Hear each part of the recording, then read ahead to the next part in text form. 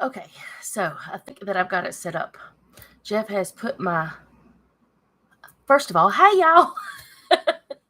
Jeff has put my monitor on the wall so I'll have more desk space because my monitor was taking up like a fourth of my desk. So he put it on the wall so I have more desk space. So I had to make sure my camera was still where it needed to be. So, hey y'all. um I guess I need to get my notes. I'm all discombobulated today. I didn't know if I was going to be able to do the live stream because we had terrible storms. We're all fine. There's nothing that I know of that's bad that has happened.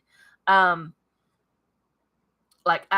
nothing bad because we're all still here. We're okay in my area, in my home, or whatever. Jeff, he's at work. He left when it was bad weather, but he's there. He's fine. And Noah just left, but the weather has eased off a lot since then. It's still raining, still really dreary outside, but it's not gross. Well, it's gross, but it's not stormy. It's just rainy. So, anyway, um, if anything has happened, it'll be a limb or something outside. And I haven't seen anything in the front yard, but I have not gone to the back, except I looked right there, like right out the back door, because I let the dogs out. But we're fine. But I didn't know if I was going to be able to do this because when it's thundering and lightning, we don't know if interwebs are going to work, and we don't know if power is going to stay on. But we're okay. We're here. We're doing it. Kind of nervous about this one because I'm not really sure. I'm always more nervous when it's something that one of you have asked me to talk about because one, I don't know really what if I'm going to explain what you want me to explain. But then again, y'all know I'm just a person and I'm studying and reading right along with you.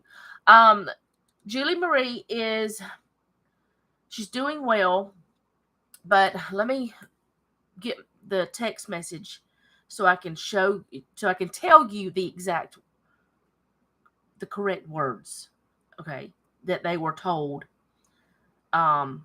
this weekend whenever they were up there Saturday. They were told some new things. Why is it not? Okay, there we go. And I have some pictures I can show y'all too. But so they were told this weekend that she has short bowel syndrome and intestinal failure. We still don't know what that means. We don't know,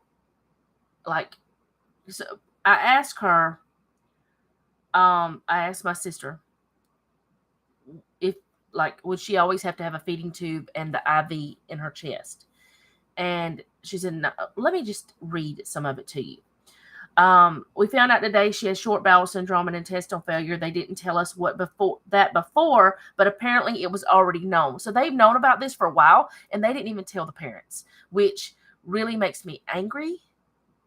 And I think it's okay to be angry at this situation. The lady they spoke to pretty much said she could be on a TPN for the rest of her life, which is the main line. So they're going to have to go to a class whenever the older kids get out of school, because they have done a lot of virtual school this year because of everything going on with Julie. They call her Julie Marie, so I need to get used to calling her that, but I just call her by her first name because that's what I normally do with people. But anyways, the older kids have had a lot of virtual school, so they're trying not to do that. Plus, they're giving her more time to heal, and they're not going to let her out of the hospital until after the kids are out of school anyway, so it doesn't matter. So they're going to wait to do the class until June, because the kids get out in May. And that is the way that the medical professionals thought best. So I asked her, would she have to have the feeding tube and IV for the rest of her life? Is that what that meant? And she said, not necessarily, but the lady she thought was giving them the worst case scenario, but she really didn't have good bedside manner, and she was rude. And also told them that if they couldn't handle it, to put her in medical foster care, which I wanted to go up there and punch somebody for. And I know I shouldn't feel that way, but they're not going to give their baby away because of this. They're not going to, I mean, they can take care of her. They want to take care of her. They have been learning and learning and learning the whole entire time. Ever since day one, they've been doing everything they could to learn about what's going on with her. There's no way that they're going to just give her up. They're not going to give up on her. And it just made me so angry. And I'm pretty sure it's fine to be angry. I don't think God's going to be mad at me. But anyway, they really don't have answers. They don't know. But I'll show y'all some pictures. They're kind of a little bit fuzzy. But this is one. I don't know how well that camera's going to do. These are a little bit fuzzy. This was this weekend. She loves her daddy. She loves his beard. So he will forever have to keep his little goatee. Which Selena was the same way with Jeff. I think it's okay to want to punch someone and not okay to actually do the deed. Yeah, I'm not going to actually do it because I don't want to go to jail and I really don't want to hurt anybody, not physically. It's just something that comes to your brain. It's like, oh, I want to hurt them the way they hurt you. You know, it's that kind of thing. But it was like a punch in the gut whenever they told the this stuff. Hopefully the nurse was just trying to give them all the options, maybe her pay per her job. She has to offer medical foster care, but I'd see she has sensitive bedside manner. I can see it coming off bad. She was mean acting the way that they talked. Let me show y'all another picture of the next day. She's adorable. I mean, she is adorable. And the next pictures, she had a much smaller bow, but it's a bow that her older sister had and told them to take. She's got a little, it's not focusing. Could you focus? Focus on the baby. Yes. And her shirt says her name. It's so cute. She's trying to get mama's camera or phone. She's adorable. But anyway, see, she loves her daddy. She loves both of her parents, but they have a special bond. This is his first baby. It's not focusing. Could it? I don't know why it's not focusing. Work with me, camera. It doesn't like me. Y'all saw it. So, but yeah, she's a big ball of sunshine. She just smiles all the time. She's beautiful and happy. And, you know, she won't know any difference. But she's a happy baby. And she's healthy. Other than, what she's gone through. That stuff, she's been a lot worse, So we're looking at the good parts where that she is still here. She's smiling because most children who have, from what Judy has been told, most children that have been as sick as she is don't make it. They don't make it. So we are grateful to God for her actually being here still. I still haven't met her. We haven't met in person. But I've heard her sweet voice. But anyway, let me get to the study. She's doing okay, though. She's doing good. She's either way, even if she has to be fed differently for her life, her parents will do it up until the point where she learns how to do it, and she'll just be fed differently. There's a lot of people who have to be fed this way, that have to have this kind of thing. And the alternative is much worse. It would be that she wasn't here. So, I brought out several of my books today. I did put 2 websites in and the scriptures I'm going to be talking about. But let's go ahead and go back and talk a little bit about last week. I had talked about how that I had watched the movie Overcomer, and there was a part in it where I want to call her by her real name, but anyway, she was the principal of the school. So she had told the young girl to read Ephesians 1 and 2 and then write down all the things that God says that we are as his children. And some of the things were blessed, adopted, forgiven, raised up to sit with Christ in glory, God's work of art. That's just some of them. We are so much more than just human beings to God. We are his, I shouldn't say that, not just human beings, but we are so much more than just people.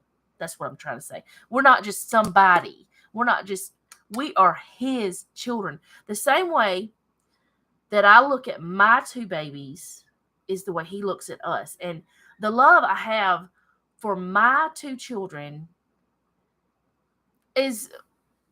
it's so big, nothing can break it. It's like that kind of thing. Nothing is going to stop me from loving my children. And that's kind of the way I think that's how God feels about us. I feel like I'm very like bright, like my face is too much light. And I have that light off back there and only little bitty lights up in front of me so that I am not completely dark, because otherwise it'd be like this. You can't see me. Okay, so let's go on to today's.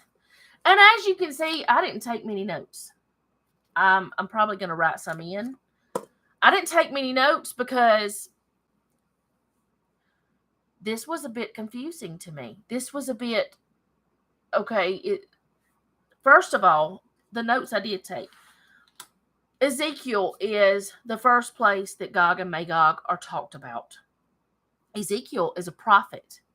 And whenever Carol had said something about Gog, I was like, oh, I've heard about that before, but I didn't think about this is part of prophecy.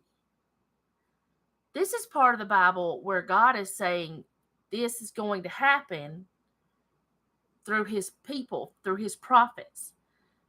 I didn't think about it. Now, has it already happened? Is it about to happen? Is it going to happen years to come?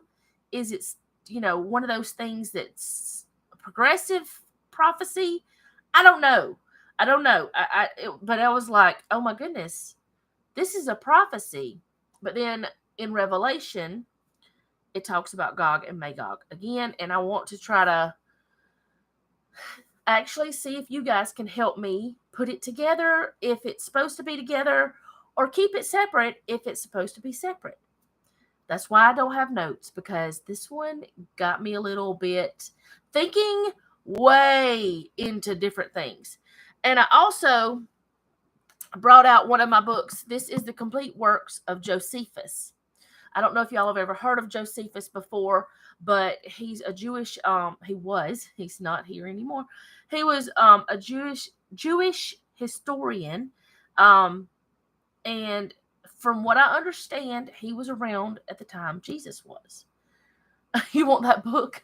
I got it from a Christian bookstore probably 20-something years ago. I'll have to try to find the link, and I'll do that after I'm done. But I don't know where all the stores are, but there's a store called Second and Charles. It's like 2ND and Charles, like the name Charles. If y'all have one of those near you, because they don't do website stuff, they're part of Barnes and Noble, I think, or is it Books A Million? But I think it's Barnes and Noble. I'm not sure. Anyways, they have all kinds of used books, some new books, and like I know I didn't get that there because I didn't know anything about the store, but I have seen this book there for like $5, and it looked just as good as this one. Now, I keep my books in really good order because I don't like book abuse. I'm a weirdo.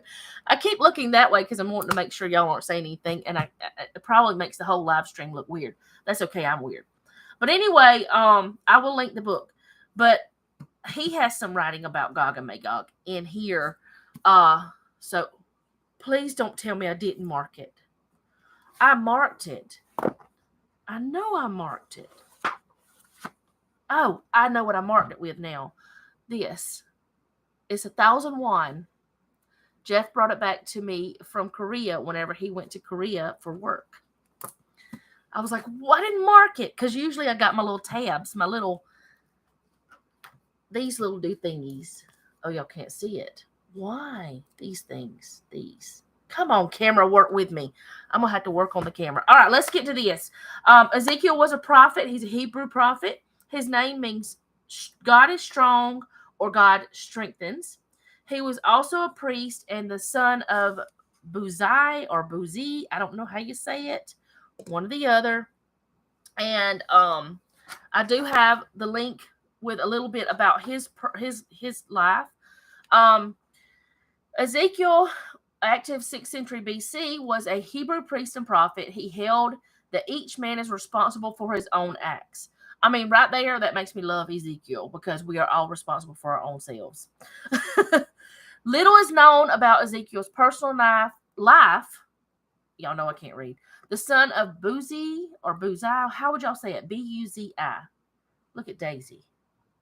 Don't look at Daisy. I'm trying to not be distracted, and I'm so distracted today. He was apparently a descendant of the priestly family of Zadok. I'm just not going to say I can't read, because y'all know I can't. While in Jerusalem, he had been influenced by his older contemporary, Jeremiah. Ezekiel was exiled to Babylonia with King Jehoiakim. I may not be saying that right. In 597 BC or shortly thereafter. 5 years later, he lived in the Babylonian Jewish settlement of Tel Aviv, Tel Abubu, the hill. I may not be saying that right either. That sounds kind of crazy, like something you say to a baby. The hill of the storm of God by the Chabar River.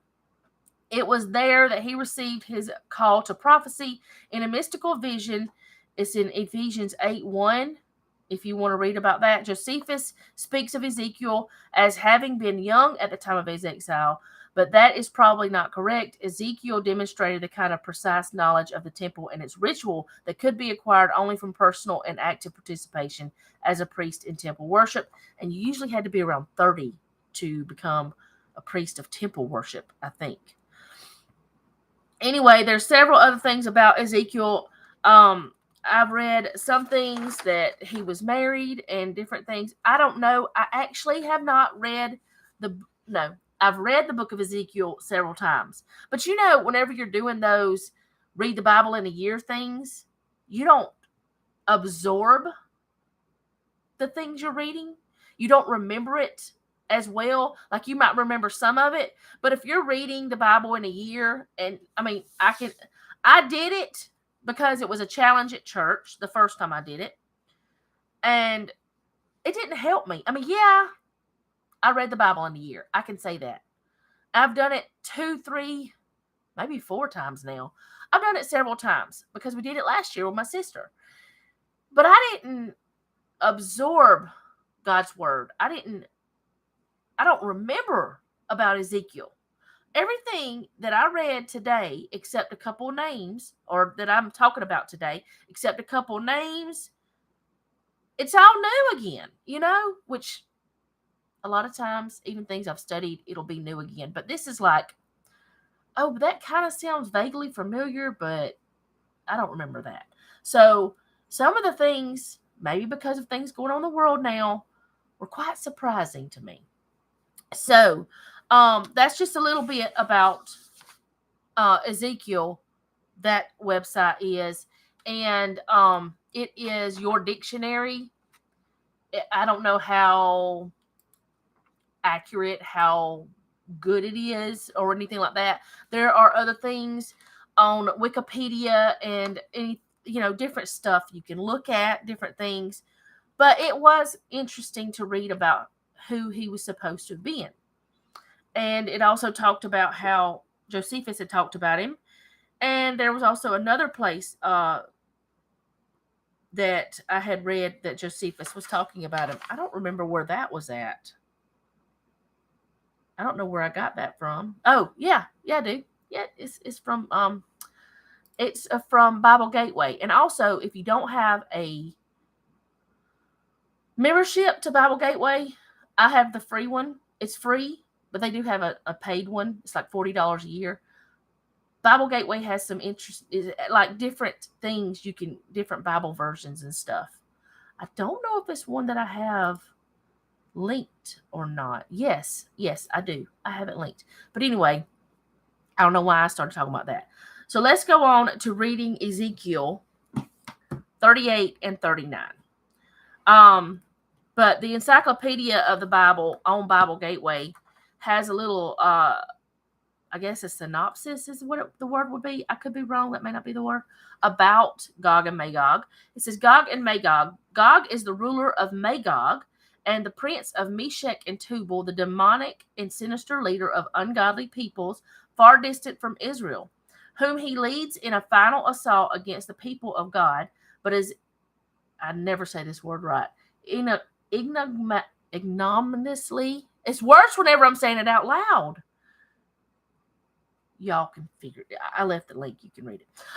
Defeated by the intervention of Yahweh upon the mountains of Canaan. The conflict is described in Ezekiel 38 and 39 and in summary form in Revelation 27 through 9. And that's the reason why I chose these, because whenever I was doing things, I didn't find different much about it. Let's see. I like that you can get different versions of the Bible. Yeah, you can. And I really like that myself. So let's read some of Ezekiel.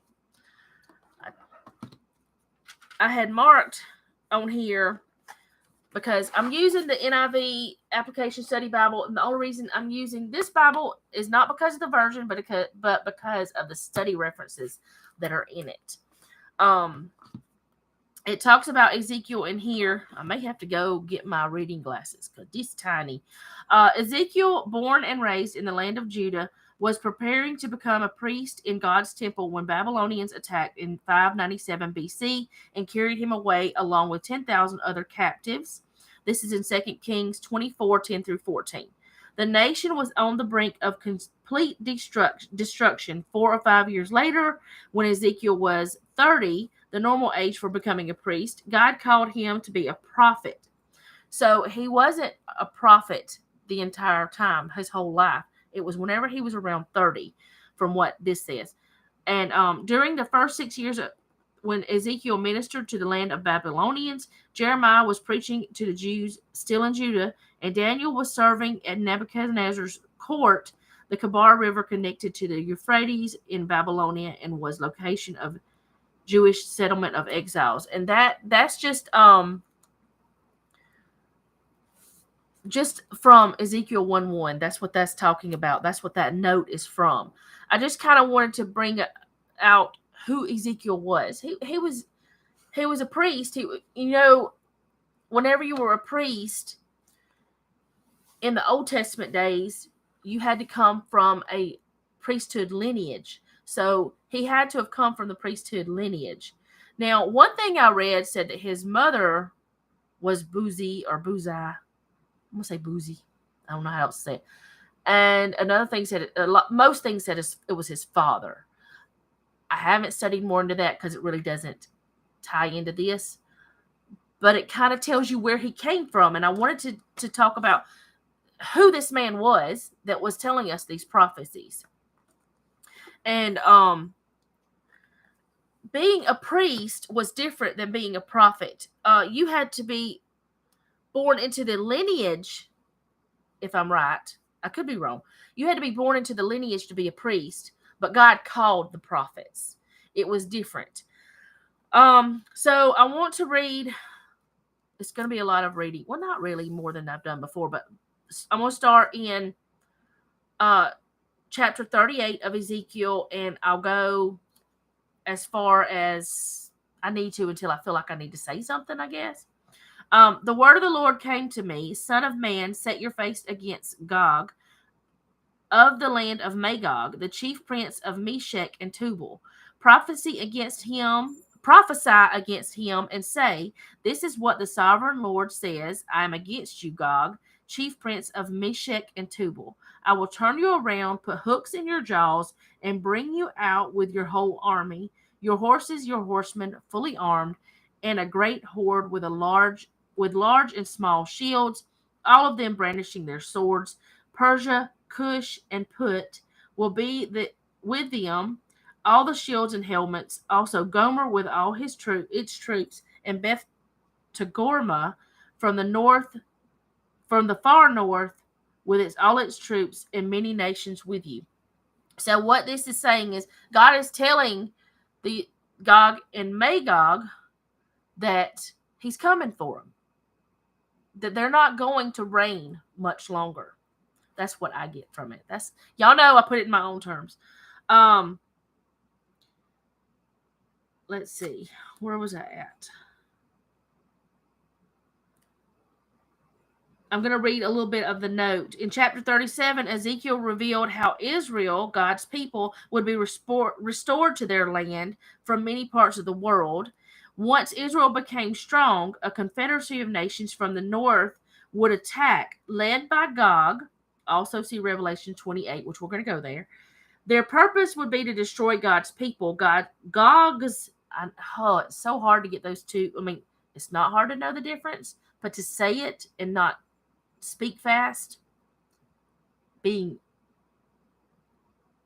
able to be understood, legible. I don't know. Legible is writing, isn't it? Let me just go off somewhere else. Where was I at? I've lost myself again. Their purpose would be to destroy God's people. Gog's allies would come from the mountainous areas southeast of the Black Sea and southwest of the Caspian Sea, which is central Turkey, as well as from the area that is present-day Iran, Ethiopia, Libya, and possibly Russia. Gog could be a person. He sometimes is identified with Gyges, king of Lydia in 660 BC, or Gog could also be a symbol of all the evil in the world, whether symbolic or literal. Gog represents the aggregate military might of the forces opposed to God. So what Gog represents, whether he was human, or whether he was just a symbolic representative, he's evil. It's evil. That's all that it is.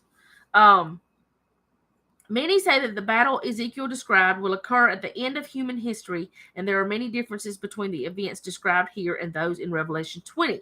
Regardless of when this battle will occur, the message is clear. God will deliver his people. No enemy can stand before his mighty power. I just heard like a beep. I don't know why. If I hear it again, I'll have to go investigate. But anyway, so just from verses 1 through 6, God is warning Gog. So in verse 7, get ready, be prepared, you and all the hordes gathered about you, and take command of them. After many days you will be called to arms. In future years you will invade a land that has recovered from war, whose people are gathered from many nations, to the mountains of Israel, which had long been desolate. They had been brought out from the nations, and now all of them live in safety. You and all your troops and the many nations with you will go up, advancing like a storm. You will be like a cloud covering the land. So,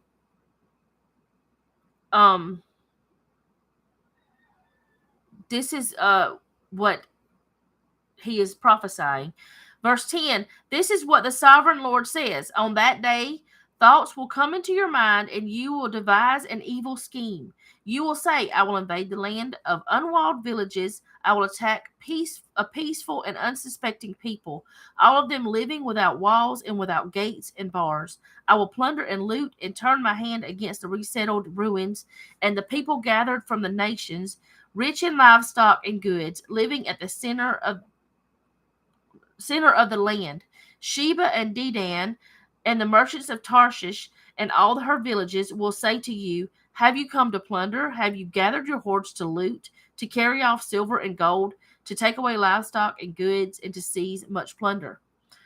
Therefore, son of man, prophesy and say to Gog, this is what the sovereign Lord says. In that day when my people, Israel, are living in safety, you will not take notice of it. You will come from the place in the far north, you and many nations with you, all of them riding on horses, a great horde, a mighty army. You will advance against my people Israel like a cloud that covers the land. In days to come, Gog, I will bring you against my land, so that the nations you may know me when I am proved holy through you before their eyes. So God is saying that Gog is going to attack Israel. Israel is sitting there thinking they're safe. They have no walls because back used to they put walls around you know different tribes and things, different lands and homes. They have no walls. They're comfortable living their lives, happy as they can be, doing their own thing. And then it kind of sounds like God is going to release Gog. That he's going to allow this to happen so that he will be known. And a lot of times, whenever you're sitting there and you're comfortable, you don't have your walls up, you sometimes get a little too open. You let a little too much in. And maybe that's what happened. I don't know. Maybe that's what this is talking about. Maybe the people of Israel got so comfortable that they weren't paying attention to God as much as they should have been. They weren't worshiping like they should have been. I don't know. I mean, they were very happy and comfortable and content. But God is saying, this is going to happen. Verse 17, this is what the sovereign Lord says. You are the one I spoke of in former days by my servants, the prophets of Israel. At that time, they prophesied for years that I would bring you against them. This is what will happen in that day. When Gog attacks the land of Israel, my hot anger will be aroused, declares the sovereign Lord. In my zeal, the fiery wrath, I declare that at that time, there shall be a great earthquake in the land of Israel. The fish in the sea, the birds of the sky, the beasts of the field, every creature that moves along the ground, and all the people on the face of the earth will tremble at my presence. The mountains will be overturned, the cliffs will crumble, and every wall will fall to the ground. I will summon a sword against Gog on all my mountains, declares the sovereign Lord. Every man's sword will be against his brother. I will execute judgment on him with a plague and bloodshed. I will pour down torrents of rain, hailstone, and burning sulfur on him and on his troops and on the many nations with him. And so I will show my greatness and my holiness, and I will make myself known in the sight of many nations. Then they will know that I am the Lord. So, that was chapter 38. It's quite confusing to me in some ways that God is pretty much saying he's going to release the devil, let him do his thing, because the people are too content. Now, am I right in thinking that's what it's saying? I don't know, but that's kind of what I get from it. In verse 21, the note says, God will directly intervene in the defense of Israel, unleashing severe natural disasters on the invaders from the north. In the end, the stricken pagan nations will turn on themselves in confusion and panic. All those who set themselves against God will be destroyed. So, I don't know. I mean, this is why this confused me. This is why I don't have many notes. Maybe I should have wrote the notes of my thoughts, like questions or whatever. I sometimes do that. But I don't know. It just feels like this is happening now. It's what it feels like. I don't know if it's happening now. But I know the church as a whole, no matter what denomination you are, the church has gotten too comfortable. They've gotten a little is not the right word, a lot too worldly. They've gone into ways that are not God's ways. They've let a lot in that shouldn't be in. Not every church, not every Christian, not every person, but I mean, you hear about it all the time. This mega church, this pastor is done this, so he's gone, he's leaving, and shame and all this stuff, and it's giving the church a bad name. Now, I'm not saying that that is what this is about, but you do hear it a lot. It's the people are getting too comfortable. Yeah, complacent. They're too complacent. They're too happy in their own spot that they're not seeking the Lord. Now, I don't know if that's what this prophecy's saying. I just know that God is saying that he's going to allow that to happen. He's going to allow the evil to come in, and then he's going to show Israel this is what happens. And he's going to tear the world up. Like, there's going to be earthquakes. The animals are going to know what's going on. There's going to be rain, hailstone, burning sulfur, all kinds of stuff happening. And you think about burning sulfur. Sulfur stinks bad, and you think about that happening, that stuff happening, these things. Earthquakes are so scary. Mountains being overturned. It's like, okay, is this happening now? In a sense, is this happening now? So I'm going to go on to chapter 39. Son of man, prophesy against Gog and say, this is what the sovereign Lord says. I am against you, Gog, chief prince of Meshech and Tubal. I will turn you around and drag you along. I will bring you from the far north and send you against the mountains of your right hand. On the mountains of Israel you will fall, you and all your troops and the nations with you. I will give you as food to all kinds of carrion birds and to the wild animals. You will fall in the open field, for I have spoken, declares the sovereign Lord. I will send fire on Gog and on those who live in safety in the coastlands, and they will know that I am the Lord. I will make known my holy name among my people Israel. I will no longer let my holy name be profaned, and the nations will know that I, the Lord, am the Holy One in Israel. It is coming. It will surely take place, declares the sovereign Lord. This is the day I have spoken of, and this is the day I've spoken of. That was the period. Then those who live in the towns of Israel, I will go out and use the weapons for fuel and burn them up. The small and large shields, the bows and arrows, the war clubs, and the spears. For 7 years, they will use them for fuel. Okay, for 7 years. They're going to use the bows and arrows and the shields and all those things as fuel. That's a lot of ammo. That's a lot of shields and bows and arrows. If you think about it, 7 years of fuel. And that just kind of was like, oh, wait a minute, that's a lot. That's just where it came that's where it went in my brain. They will not need to gather wood from the fields or cut it from the forest, because they will use the weapons for fuel, and they will plunder those who plundered them and loot those who looted them, declares the sovereign Lord. So Gog is going to come in and loot and steal and destroy, but God is saying it's going to turn around on you, and I'm going to let my people come in, and they're going to do the same thing to you. They're going to get their stuff back. They're going to destroy you. On that day, I will give Gog a burial place in Israel, in the valley of those who travel east of the sea. It will block the way of travelers, because Gog and all his hordes will be buried there. So it will be called the Valley of Hamon-Gog. Or Hamon-Gog? I'm not sure how to say that. For 7 months, the Israelites will be burying them in order to cleanse the land. So it's going to take 7 months to bury all these people. All these who have come against God. 7 months. So 7 months of fuel, 7 months of burying. The number 7 is very important to God. There's 7 days. There's all kinds of things. So they're going to take 7 months of burying to cleanse the land. All the people of the land will bury them, and the day I display my glory will be a memorable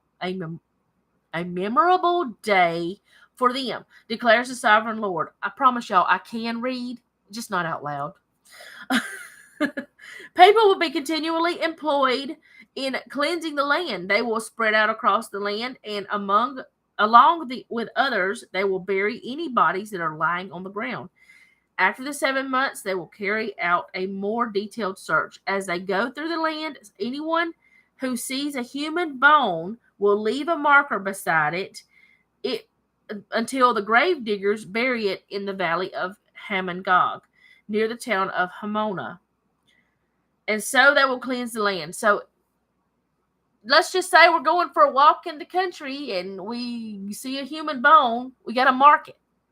We got to say, okay, there's one here. Y'all come bury it. That's a lot. 7 years. And then after that, still finding bones. How many people are going to be destroyed because of their hate for God? The people of Gog and Magog, they hate God. And it's a lot of people. Son of man, this is what the sovereign Lord says. Call out every kind of bird and all the wild animals. Assemble and come together from all around in the sacrifice I am preparing for you, the great sacrifice on the mountain of Israel. There you will eat flesh and drink blood. That always makes me a little bit grossed out when people talk about drinking blood, but it's in the Bible. You will eat the flesh of mighty men and drink the blood of princes of the earth, as if they were rams and lambs and goats and bulls, all of them fattened animals from Bashan. That's bothersome a lot, because they're talking about eating flesh of men. I just can't believe that that's what God means, that it's actually eating people. We are not zombies. We're not cannibals. But that's what it says. This message, it says on the notes, this message is exciting for us. With God on our side, we are assured the ultimate victory over his foes, because God will fight on our behalf. Okay, that's not talking about that other part. There's actually no note on that part other than that. All right, so let's go ahead and keep going. At the sacrifice I am preparing for you, you will eat fat till you are glutted and drink blood till you are drunk. At my table you will eat your fill of horses and riders, mighty men and soldiers of every kind, declares the sovereign Lord. This makes me think it's not actually consuming people, not actually eating. This makes me think that the battle is what God is talking about. I don't know, though. It just really does gross me out, though. Does it do that to y'all? I don't know. 21, I will display my glory among the nations, and all the nations will see the punishment I inflict and the hand I lay on them. From that day forward, the people of Israel will know that I am the Lord their God, and the nations will know that the people of Israel went into exile for their sin, because they were unfaithful to me. So I hid my face from them and handed them over to their enemies, and they all fell by the sword. I dealt with them according to their uncleanness and their offenses, and I hid my face from them. Therefore, this is what the sovereign Lord says. I will now restore the fortunes of Jacob, and I will have compassion on all the people of Israel, and I will be zealous for my holy name. They will forget their shame and all the unfaithfulness they showed toward me when they lived in safety in their land with no one to make them afraid. When I have brought them back from the nations and have gathered them from the countries of their enemies, I will prove holy through them in the sight of many nations. Then they will know that I am the Lord their God, for though I sent them into exile among the nations, I will gather them to their own land, not leaving any behind. I will no longer hide my face from them, and I will pour out my spirit on the people of Israel, declares the sovereign Lord. So what that tells me is, the people who turn their back on God, which is happening all the time, that are kind of like lukewarm. They know who God is, but they're like, yeah, he's not around right now. God's going to open their eyes. That's what Gog and Magog is about to me. I still don't like the eating people part. That part really gets, I hope that's a figurative thing, not a literal one. But let's see what Josephus says, and then we'll go to Revelation. I wish I would have marked it with one of those other things. Oh, it's in the front. Hello, duh. Shouldn't have marked it with 1. Hello. She says, don't talk to me about it. I don't know what you're saying. Okay. So, where am I at? Which one? Gog is talked about in, oh no. See, I should have marked it.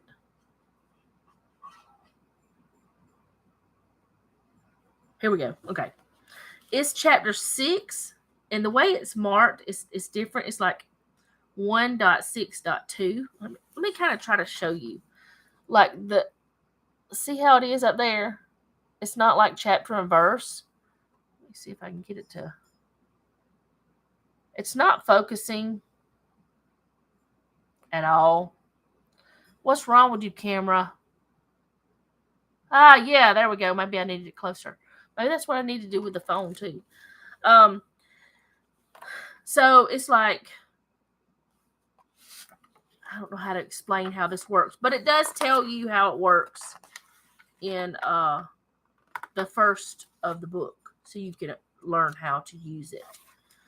But book 1 is from the creation to the death of Isaac. That's what book 1 will be. So that's what the 1 is.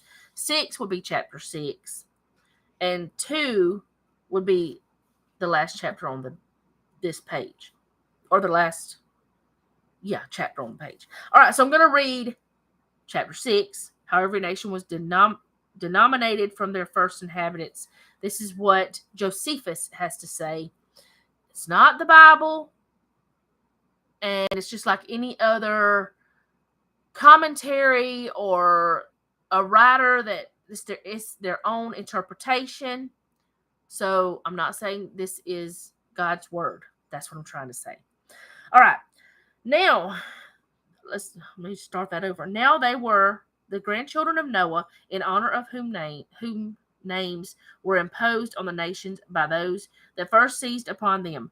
Japheth, the son of Noah, had 7 sons. They inhabited, so that beginning at the mountain Taurus and Amanus, they proceeded along Asia as far as the river Taenus, I don't know if I'm saying that right, and along Europe to Cadiz, and setting themselves on the lands which they lie upon, which none had inhabited before, they called the nations by their own names. For Gomer founded those whom the Greeks now call Galatians or Gauls, but were then called Gomerites.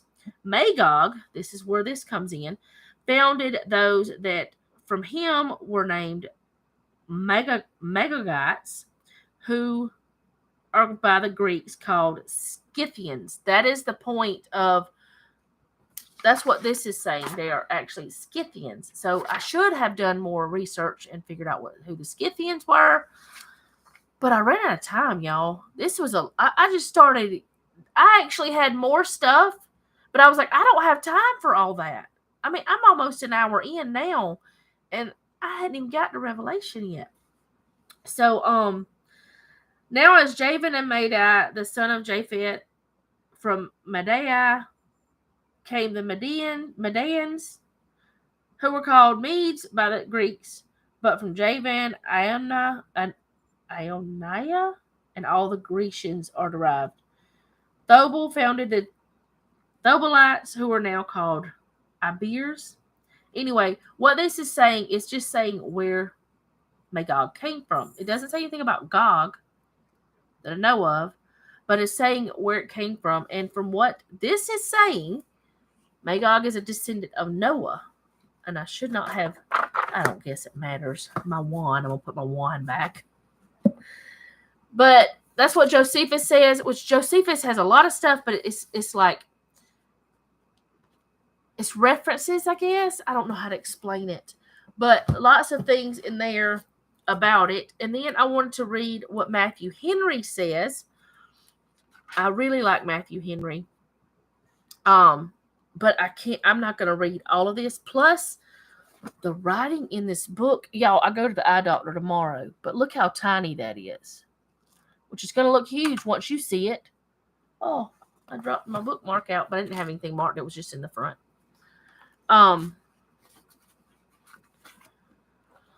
Tiny writing, older eyeballs. They're not as old as they're gonna be, but they're older. All right, Matthew Henry, and he's talking about chapter 38, and I'm probably not going to read all of it because it's almost 2 pages of tiny writing. This chapter and that which follows it are concerning Gog and Magog, the powerful enemy to the people of Israel that should make a descent upon them. But their army should be routed and their design defeated, and this prophecy is the most probable had its accomplishment after the return of the people of Israel in the struggles they had with the kings of Syria, especially Antiochus Epiphanes. I may be saying that wrong, or in some other way. God had by prophet assured his people of happy times after their return to their own land, and he here tells them, as Christ told his disciples, that in the world they shall have tribulation, but they may be of good cheer, for they shall be victorious at last. So that's really what I wanted to talk about. I mean, that's what Matthew Henry's interpretation is. But the Old Testament prophecies had their accomplishment in the Jewish church, as the New Testament prophecies shall have when the time comes in the Christian church. No, that's 1. I really need to go get my eyes checked tomorrow, because that was not an eye, it was a 1. The attempt that Gog and Magog should make upon the land of Israel, the vast army that they should bring into the field, and their vast preparations, their project and design in it, God's hands in it, the great terror this should strike upon the land of Israel.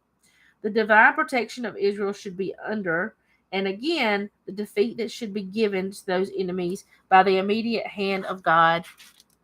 So that's just like a quick synopsis, I guess. What is that word today? Of what chapter 38 is about. And then Matthew Henry does go in and break it down into verses 1 through 13 and verses 14 through 23.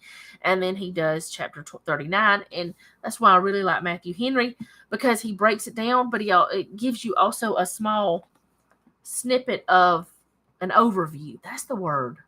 I don't know if I have I don't know if Matthew Henry is on Bible Gateway or not. Let me look. But I know you can, like on eSword, you can get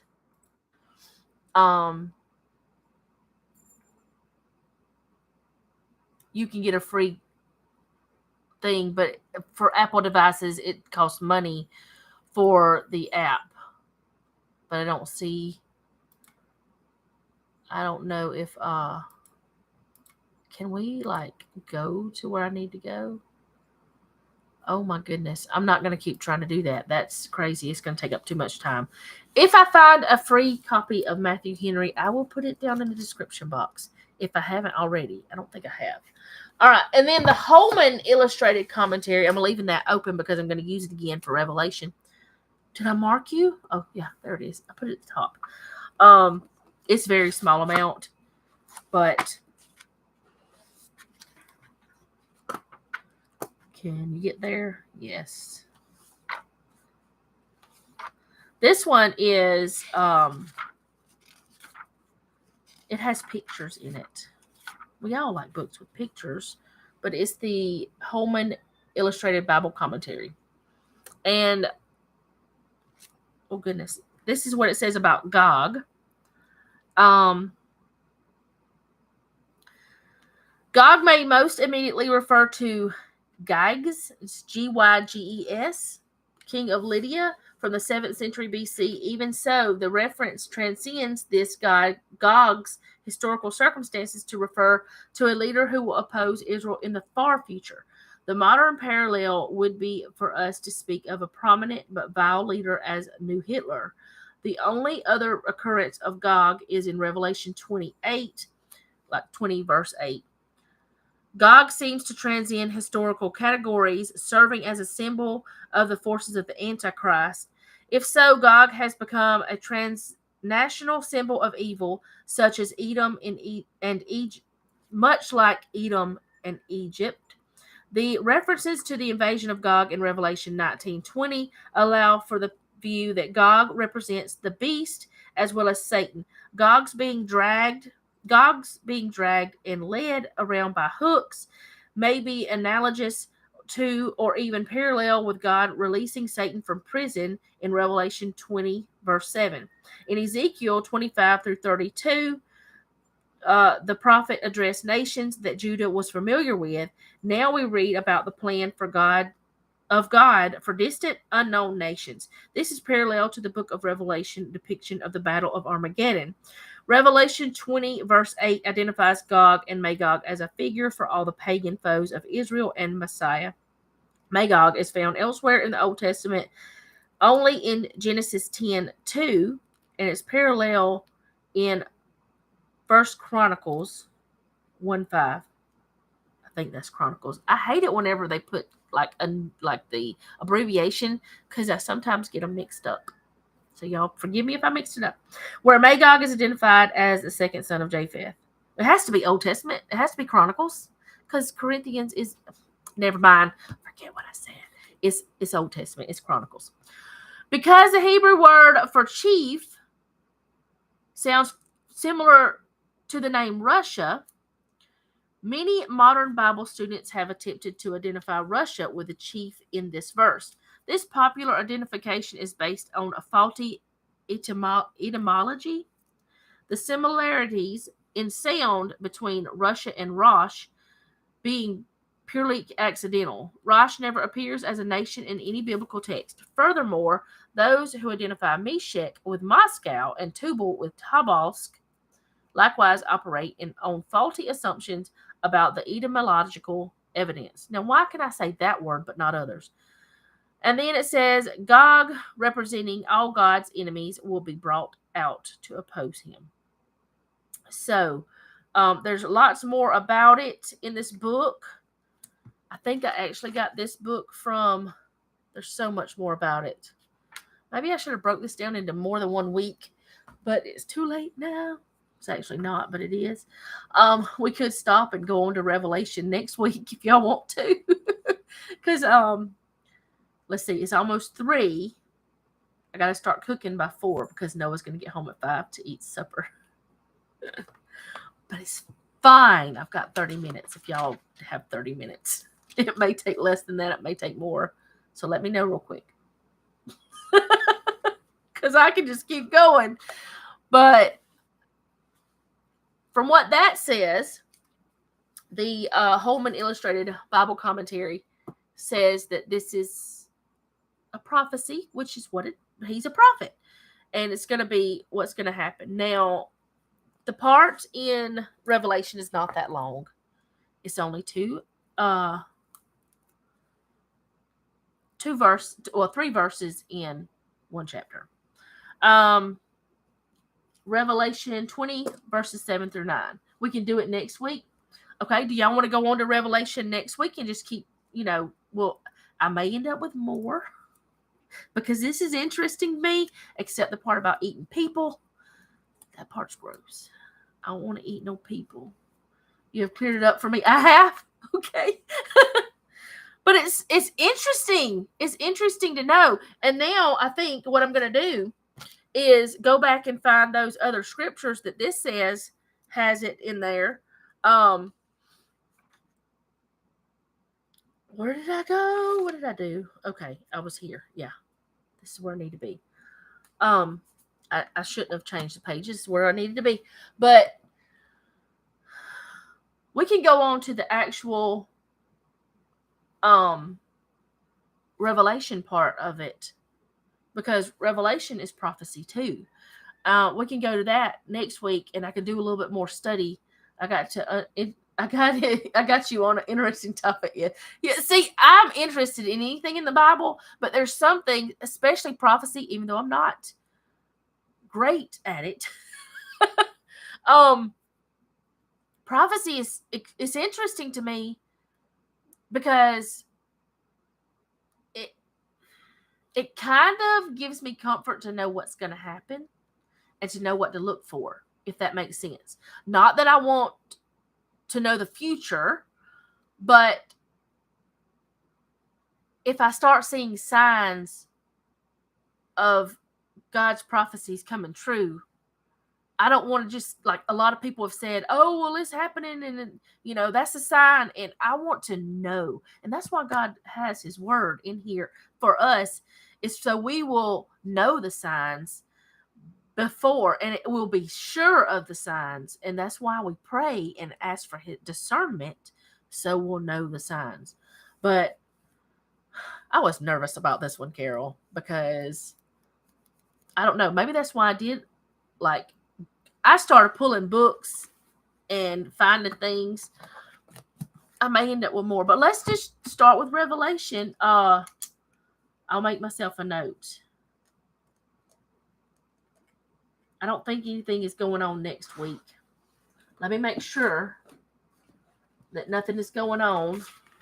That I don't think we have any appointments unless the eye doctor change, which it would be in the afternoon anyway after this. But no, we don't have anything. No, not on the 12th. All right, so I'm going to write myself a note, and we'll go on. Yes, not for fear, but for comfort.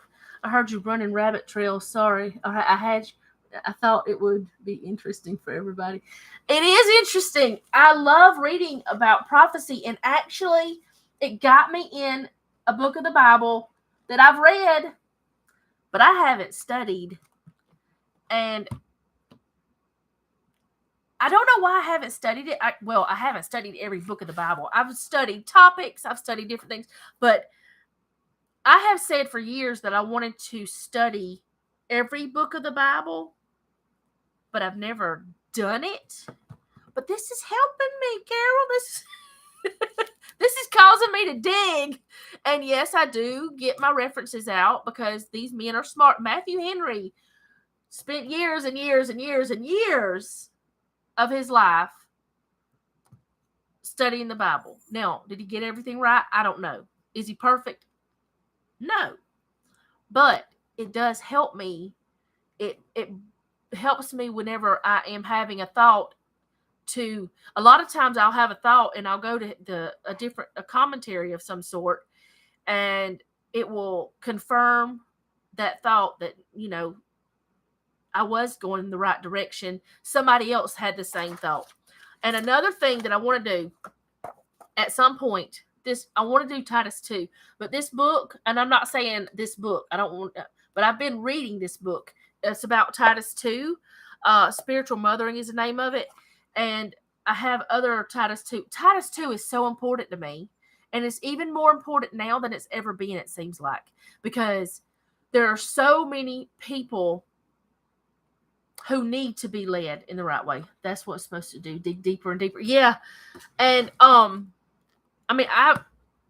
just feel like if we don't dig, we won't know, and then we'll be surprised along with the other people that we have the opportunity, even if we only took a little bit of time each day to do this. We could take 30 minutes of our day, which is nothing compared to the time we spend doing other things, and study God's word. I spend more than 30 minutes a day watching my YouTube friends because they're important to me, but I usually do that while I'm doing other household chores. Lately, I have tried to be better and sit down and comment. I want them to know I'm there. So I try. I have thought about just putting an emoji like a heart or something on their video just so they know, hey, the crazy lady was here.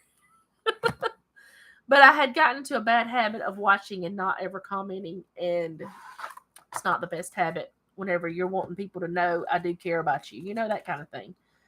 But yeah, it's super interesting. This is, except the eating people part, drinking their blood. That's not interesting. That's gross. I do want to find out if that was a metaphor, like if it was symbolic or if it was for real. Because I don't want to drink nobody's blood. No. If God told me to, I guess I'd have to. But I don't want to do that. But anyway, I'm going to go because I do need to. Actually, I don't have anything else I have to do right this minute. Jeff will be home in about 20 minutes, though. Maybe less. He may be. Let's spy on him. Let's find out where he's at.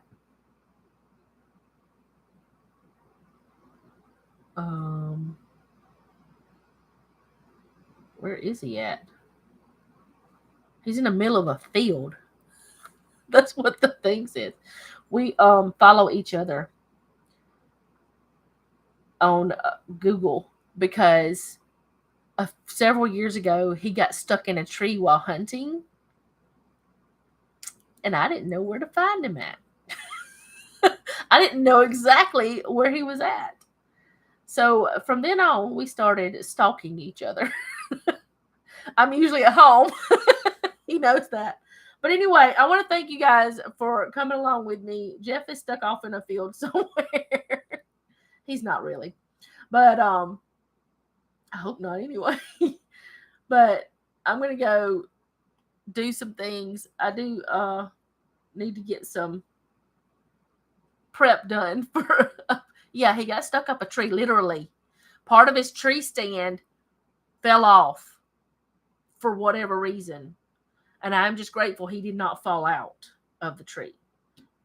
He sat there until the fire department got there. He had no choice. And the what do you call it? The wildlife management person.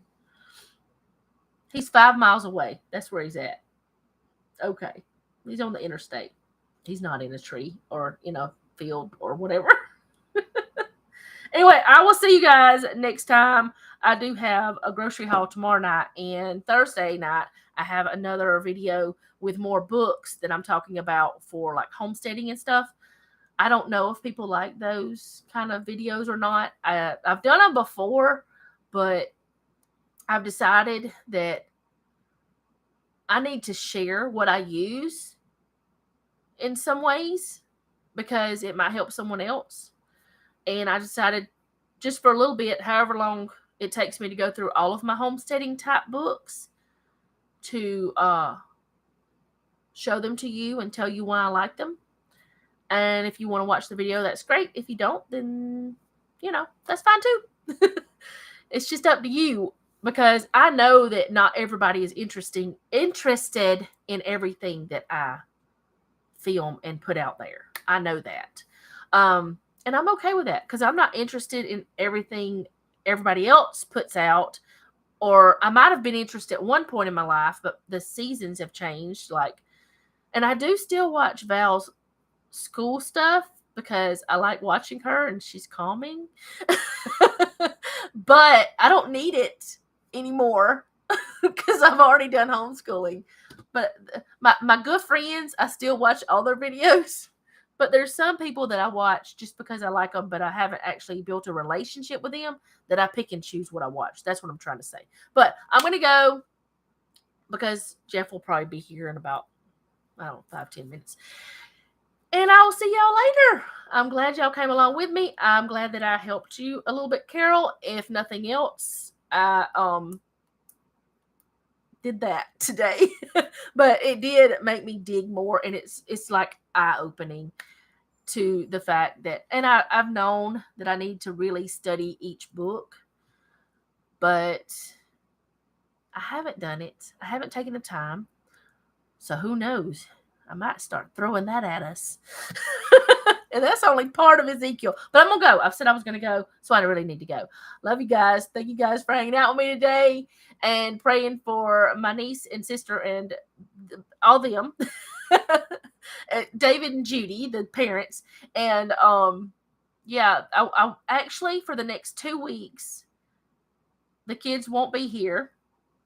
But because of Easter and other things, they won't be here the next 2 weekends. It's really odd for them not to be here. Like whenever Sarah was sick, it was odd for them not to be here and stuff. It's like I'm used to them coming every weekend now, or at least one of them. But anyway, I'm just jabbering. I'm going to go for real this time. Love you guys. Thank you for coming and hanging out with me today. Hopefully, we all get something from God's word. We will continue this next week. And remember, don't take any wooden nickels and be sweet.